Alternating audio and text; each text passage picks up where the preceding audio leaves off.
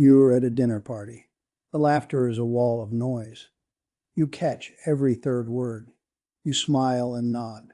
Your brain is working overtime, stitching together fragments, guessing at the punchline. You're exhausted, and you tell yourself it's just a loud room. It's just your age. It's fine. But that exhaustion, that strain, that's the leak. That's your brain bleeding energy trying to hear. And you've been told this is just how it goes. A slow, inevitable fade into silence. And then maybe years later, you get a hearing aid. That's the story. It's a lie, a dangerous one. It steals 7 to 10 years of your life while you wait for it to get bad enough. Here's the truth. Your hearing is just a volume knob that gets turned down. It's a thief, and it does steal the loud parts first. It steals the sharp, quiet edges of the world, the sounds that give words their shape. That's why people seem to mumble. It's not them, it's you. And you can prove it to yourself right now, not in a clinic, in your kitchen, with a pair of headphones and 5 minutes of quiet. By the end of this, you'll know exactly which sounds you were losing first. You will understand why a noisy room feels like a mental marathon, and you will have a list of things you can do about it, starting with what's on your plate tonight. This is about accepting decline. It's about intercepting the thief. Let's start with a self-test, the one that shows you the crack in the foundation. So let's find the crack, the high-frequency self-test. You need a quiet room, a pair of headphones, and a YouTube search for tone generator. You'll see a slider.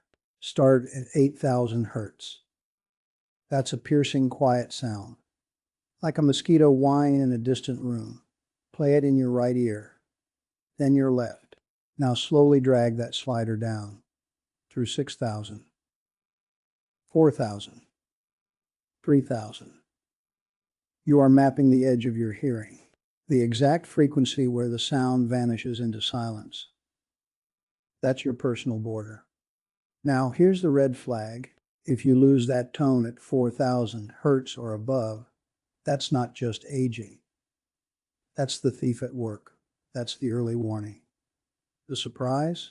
You didn't lose loudness. You lost definition. Those high frequencies are the consonants. The S in sun, the F in fun, the th in thumb. Without them, speech turns to soup. Your brain gets the vowel broth but misses the letters that spell the word. That's why everyone mumbles. They're not. You're missing the edges. Now you know. That's the first piece. Control. Now the cocktail party problem. Why does a noisy room feel like a mental triathlon? It's not your ears failing. It's your brain drowning. Think of those high frequencies as anchor points. Little sonic hooks your brain uses to latch onto one voice and pull it out of the chaos. Lose the hooks, and every sound has equal weight. The conversation, the clinking plates, the laughter. It all floods in as one overwhelming river of noise. Your brain isn't just listening now. It's desperately trying to solve a puzzle with half the pieces missing. That's the exhaustion. That's the strain. And that strain has a consequence. It makes you want to leave. To go home where it's quiet. Social withdrawal. That's the dangerous part. It's not just loneliness. When your brain stops getting that complex auditory workout, those processing pathways get weaker, faster. This is the connection they don't tell you about. That mental fatigue from straining to hear is a direct modifiable risk factor for accelerated cognitive decline. The noisy room isn't just annoying. It's a diagnostic tool. Your difficulty there points right to the high frequency loss, and that points right to what we do next. We move from diagnosis to defense, starting with your blood. Your hearing is powered by the tiniest, most demanding little hair cells in your body. They live in a spiral called the cochlea, and they have the metabolism of a hummingbird. They need a constant, rich supply of blood and oxygen. So when your blood pressure creeps up, when your blood sugar spikes, you aren't just stressing your heart. You're starving those cells. You're slowly strangling the very things that let you hear your grandkids laugh. This is the lifestyle lever. Managing your blood pressure and your blood sugar isn't just for your longevity. It's for your clarity. It's direct hearing preservation. The correlation with cardiovascular disease isn't a coincidence. It's the same root cause. Improve the blood flow, and you can sometimes stabilize the loss, not just slow it. Stabilize it, because you've improved the environment. You've given the cells a fighting chance. That's agency. That's something you can measure and manage. Now, let's feed them. Those starving cells are under constant attack from inflammation and oxidative stress, rust, from the inside out.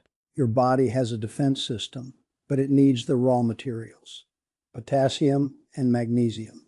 They're the electrolytes that maintain the delicate fluid bath those hair cells swim in. That bath is their world. If it gets depleted, the signals get fuzzy. Think of a battery running low. Bananas, spinach, avocados, nuts.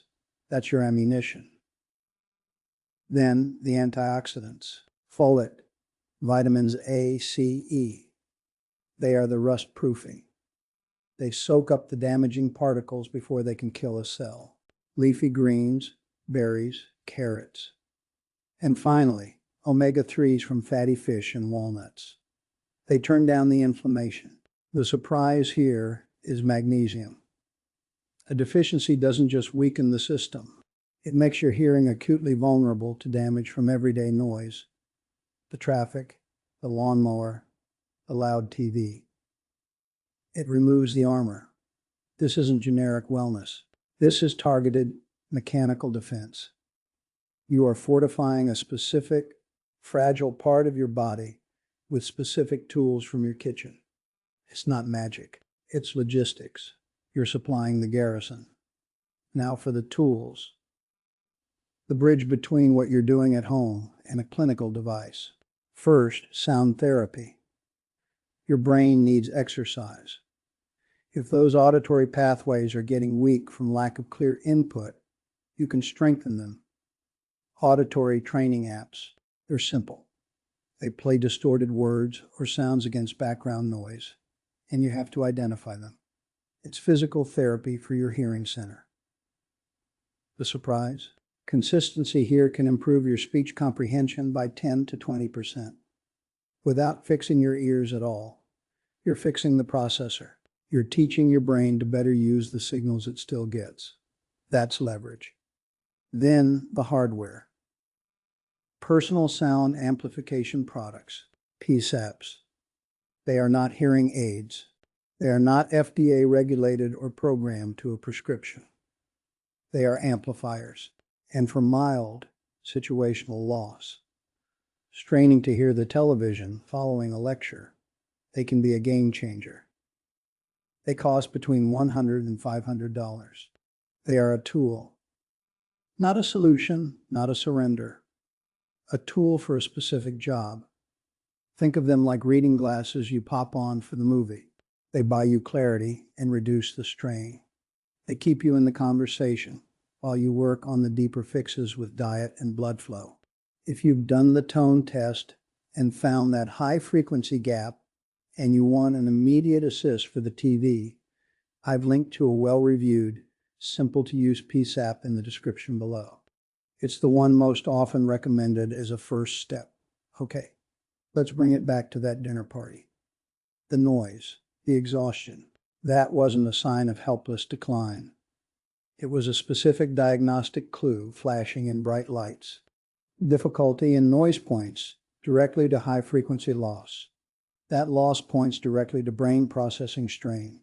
And that strain points directly to everything we just covered.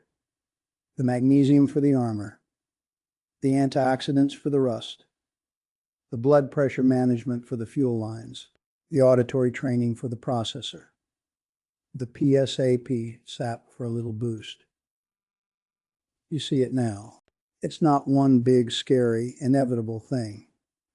It's a system you can interact with. Your hearing health is not a passive fade to silence. It's an active, stubborn conversation between your ears, your heart, and your mind. You have more say in that conversation than you were told, especially now, in the early window, when the thief is just starting to pick the lock. You know the sound of that lock clicking open. You know how to reinforce the door. So tonight, at that noisy table, you might still lean in. You might still get tired, but you won't feel helpless. You'll feel like you have a map, and the first point on that map is your own kitchen, with a pair of headphones and the will to listen for the edges of your world.